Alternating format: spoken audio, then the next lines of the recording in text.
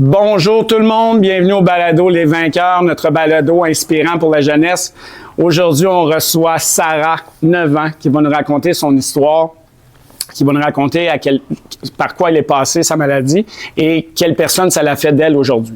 Donc, je vous présente Sarah. Bonjour Sarah. Allô. Comment vas-tu ce matin? Bien. Comment tu te sens ce matin là, devant la caméra, de faire une petite entrevue? Un peu stressée, c'est ça. Ouais. Mais tu es contente d'être là? Oui. Moi, je suis content que tu sois là, en tout cas. OK? Donc, parle-moi un peu de toi. Présente-toi. Tu as quel âge? Tu vas à quelle école? Qu'est-ce que tu fais dans la vie? Ce que tu aimes? Moi, je vais à l'école Marc-Aurèle Fortin. Je fais du sport beaucoup. J'aime ça. Je faisais de la natation. J'ai arrêté un peu parce que c'était fini la session. J'ai 9 ans et j'aime beaucoup bouger. T'aimes beaucoup bouger? Ouais. Puis tu me disais tantôt, qu'est-ce que tu fais dans ta classe? Je suis représentante de classe et j'aime ça. Donc, tu représentes ta classe quand il y a des décisions à prendre, des projets à faire, ces choses-là. Ouais. Est-ce que c'est toi qui as choisi d'être ça ou ils t'ont voté? Ou? En fait, c'est moi qui ai décidé que je voulais vraiment faire ça, mais en fait, c'est que je voulais vraiment essayer ça parce que j'avais jamais essayé. Puis t'aimes ça? Ouais, c'est vraiment cool. T'en parles, puis ça paraît que t'aimes ça. Ça paraît dans tes yeux. Donc, aujourd'hui, on va venir parler un peu de ce que tu as vécu depuis que tu es tout petite. Ouais. OK?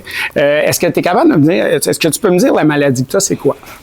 C'est en fait, c'est qu'avant, quand j'étais petite, j'avais eu un gros truc transparent. OK. On est allé à l'hôpital, puis il avait dit que j'avais eu une maladie. Puis quand j'ai grandi, j'ai commencé à avoir des genres de bleus sur ma jambe. OK. Puis le nom de la maladie, c'est quoi? Le Loeys-Dietz. Le Loeys-Dietz. OK. Donc, tu avais des bleus sur ta jambe et ensuite, qu'est-ce qui s'est passé? On est allé beaucoup à l'hôpital. On a fait vraiment tout ce qu'on pouvait, puis on fait beaucoup d'opérations, mais... Combien tu as eu d'opérations depuis que tu es tout petite? J'en ai eu 5 en tout, mais 3 pour ma jambe. OK, donc...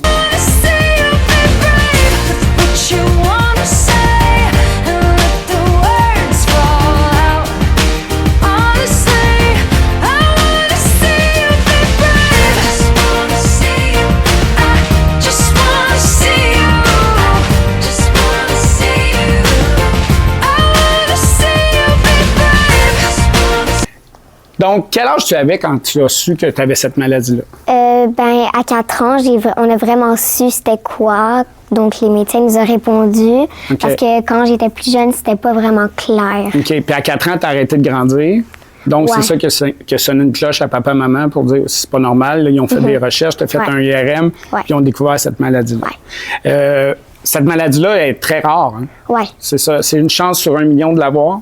Donc, toi, tu as eu cette chance-là, entre parenthèses, d'avoir cette maladie-là. Comment tu t'es sentie ou comment tu te sens aujourd'hui d'avoir cette maladie-là? Différente des autres parce que les autres ont des jambes normales, tandis que moi, j'en ai juste une qui est vraiment normale. Puis je peux moins faire d'activités que qu'est-ce que je pourrais faire. Tu te fatigues beaucoup. Hein? Tu te fatigues rapidement. Puis quand tu es fatigué, tu as encore plus mal, la douleur est plus grande. Ouais. OK. Cette maladie-là, tu vas l'avoir toute ta vie? Ouais. OK. Est-ce que...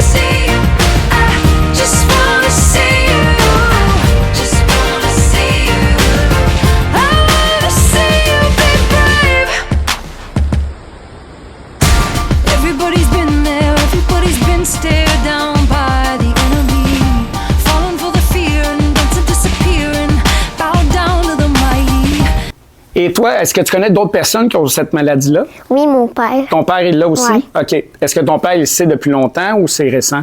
C'est pas vraiment récent, mais quand il était plus petit, il ne le savait pas. OK, donc il l'a appris un peu quand toi tu l'as eu. Il a su que lui avait cette maladie. Ouais. OK. Comment t'as réagi? Comment t'as réagi quand tu as su que tu avais ça, cette maladie-là? Je me sentais vraiment différente des autres, donc j'étais un peu triste parce que j'aimais ça être normale, parce que je suis pas vraiment normale comme les autres. OK. Puis, comment tu vis ça au quotidien maintenant? À l'école, avec tes amis, avec la famille? Je veux pas vraiment qu'on voit ma maladie. Qu'on voit un peu ici, qu'on peut croire que c'est un bleu, mais voir toute ma maladie, je trouve ça un peu gênant pour moi. Donc, moi, en ce moment, là, si je te regarde, je pense pas que tu as une maladie. Je t'ai vu marcher tantôt et tout. Mais si on voit tes jambes, on va plus voir que tu as la maladie, tu as des bleus, ces choses-là, qui sont là tout le temps? Oui. OK, fait que tu as ça tout le temps. Donc, toi, ça te gêne un peu quand tu as ça. Donc, l'été, tu t'empêches d'être en costume de bain ou en short ou... Ben, c'est sûr que je me dépêche d'aller dans l'eau quand je veux aller baigner, mais sinon... OK. Est-ce que tu crois qu'à un moment donné, tu vas être capable de vivre avec ça puis Oui, d'être mais- capable d'accepter ça, mais là, c'est encore un peu tôt, là. Ouais, mais je commence à m'habituer un peu et je suis un peu moins stressée qu'avant OK. de montrer ma maladie. Est-ce que tu as eu à faire face à des jugements d'amis? Est-ce qu'il y a des amis qui ont dit des choses parce que des fois, jeunes, on dit des choses, on pense que c'est drôle, mais ça peut blesser. Est-ce que tu as eu à faire face à ça à l'école? Non, mes amis m'ont toujours soutenue Oh, quand OK. j'avais mal, puis OK? tout. Puis ils comprennent tes bleus, ils n'ont Ouais. pas ri de ça, rien de ça. Donc, Non. tu es bien entouré à l'école. Oui. Puis, à l'école, comment ça se passe dans les cours d'éducation physique? Est-ce qu'ils adaptent des choses? Est-ce qu'ils savent que tu as ça et puis Oui. ils sont à l'écoute de ça? Ouais, mais c'est sûr que quand j'ai mal, je dois le dire, mais après ça, il me dit prends une petite pause, assis-toi. OK. Fait qu'ils écoutent tes besoins puis ils Oui. écoutent ce que tu as. OK. Comment tu te sens? Y a-tu des jours que tu te sens un peu plus. Que tu trouves ça un peu plus difficile mentalement ou moralement, que tu fais c'est plate, moi j'aimerais ça aller faire cette activité-là, mais je vais devenir fatigué rapidement? Oui.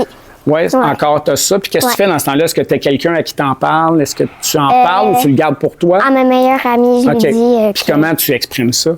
Ben, je lui dis comme que je pourrais pas faire cette activité-là, puis j'aimerais ça le faire, mais je peux pas. OK. Puis eux autres, ils comprennent, puis Oui. ils prennent soin de toi, Ouais. puis ils font des câlins, puis... OK, excellent. Est-ce que le fait d'avoir su cette maladie-là et le fait de grandir avec ça, ça fait que tu es quelqu'un de plus fort? Ouais. Tu sais, tu as une résilience qui est plus grande que les autres. Dans quoi tu peux exprimer ça, cette résilience-là? Tu sais, quand tu fais des sports, quand tu fais « OK, j'ai ça, je suis capable de surmonter telle ou telle chose », mettons, donne-moi un exemple. C'est sûr, en natation, quand je fais parfois, je vais plus vite, puis OK? plus fort, donc je trouve que ça va mieux avec ma maladie. OK, la maladie t'aide. Ouais. Pourquoi elle t'aide à aller plus vite et plus fort? Parce que quand je bats avec mes pieds pour nager, Ouais. ça m'aide beaucoup à aller plus vite, puis OK. je trouve que les autres, c'est un peu plus compliqué. OK, donc ça t'amène ce côté positif-là Ouais. à la natation. Y a-tu d'autres choses que tu te dis, ça là, j'ai passé à travers cette maladie-là, je vais pouvoir réussir telle ou telle chose? La danse, La danse aussi? Ouais. Est-ce que la danse te rend fatigué puis là, tu as des douleurs ou. ça dépend. En jazz, j'avais parfois mal, OK. mais je disais je suis capable, puis j'ai réussi à faire mon spectacle. Fait que tu as eu une belle résilience, une belle détermination Oui. de passer au travers les douleurs pour être capable d'accomplir ton spectacle puis d'être fier de toi. OK, excellent. Puis comment tu te sens outillé pour affronter les années vont passer, tu vas grandir, tu vas Ouais. vieillir. Cette maladie-là, elle peut empirer, elle peut rester comme ça. Est-ce que ça Ouais. t'inquiète? Est-ce que tu en parles avec papa, maman? Est-ce que... C'est sûr que ça m'inquiète un peu que ça empire puis tout, mais sinon, pour le moment, je suis quand même correcte, mais il y a des moments où est-ce que j'ai un peu plus peur que d'autres fois. OK, il y a des journées que ça vient plus te chercher Ouais. un peu. OK. Ouais. Puis quand tu as des angoisses ou de l'anxiété comme ça, est-ce que tu en parles avec papa, maman? Est-ce que tu le nommes à tes parents ou à tes Ouais. amis? Oui. Puis ça fait du bien? Ouais. OK. Puis là, j'ai parlé avec papa, maman. Tu dois passer beaucoup de tests à chaque année. Tu sais, maman me disait qu'à chaque année, tu dois faire un IRM, Ouais. tu dois faire de la pédiatrie, de la physiatrie aux 6 mois, tu as des orthèses plantaires pour la vie. Ouais. Ça, comment tu vis ça, d'avoir tous ces rendez-vous-là tout le temps? C'est pas c'est évident pour sûr une petite que- fille de 9 ans.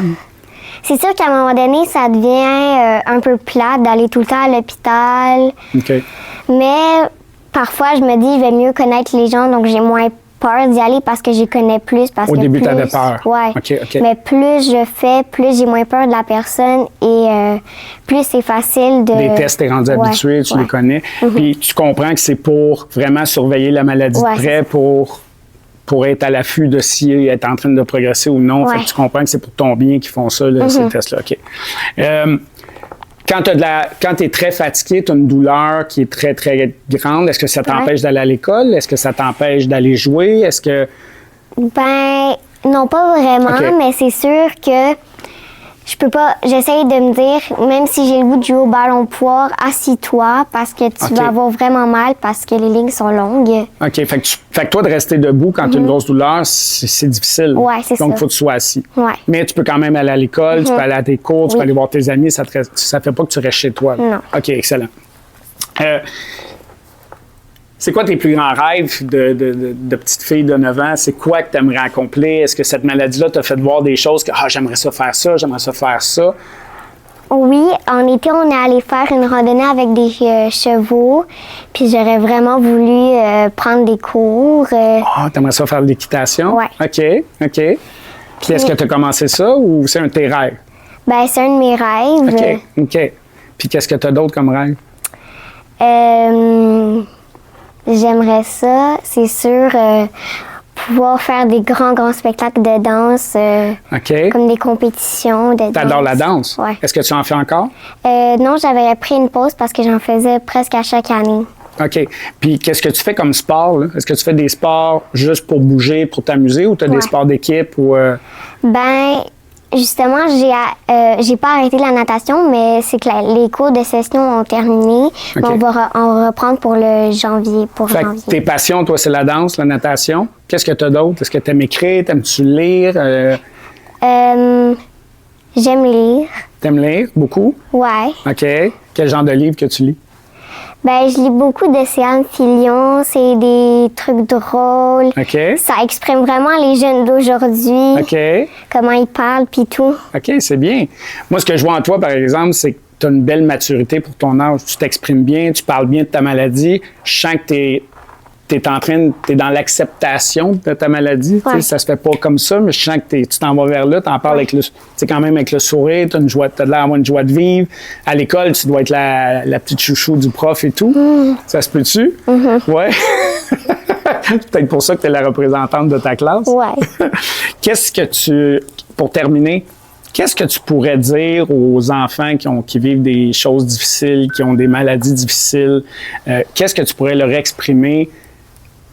Ceux qui se découragent, qui ont des maladies, ces choses-là, toi, là, qu'est-ce que tu pourrais nommer aux enfants? Ben moi, je dirais de continuer à faire ce qu'ils veulent, puis de se dire si ça fait mal, prends une pause, mais continue de le faire, parce que ça sert à rien de prendre une pause puis de jamais recommencer.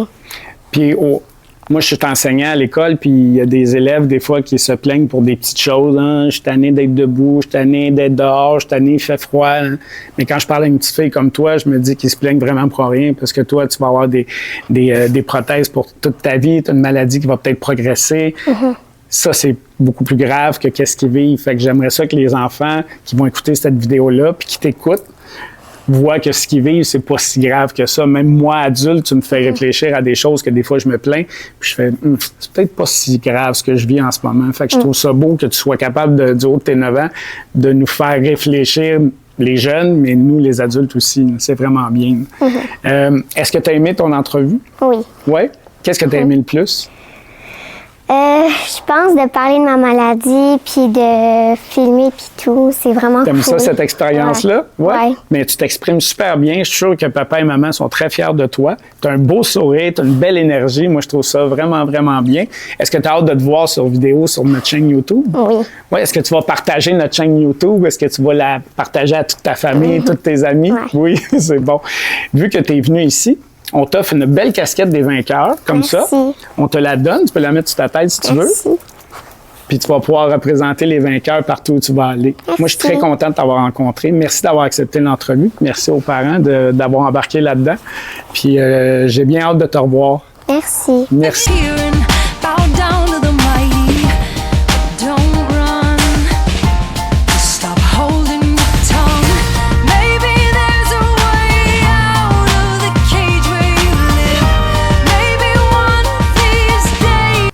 Donc, aujourd'hui, notre histoire inspirante est avec Sarah Noman qui vit avec la maladie de Leigh-Dietz.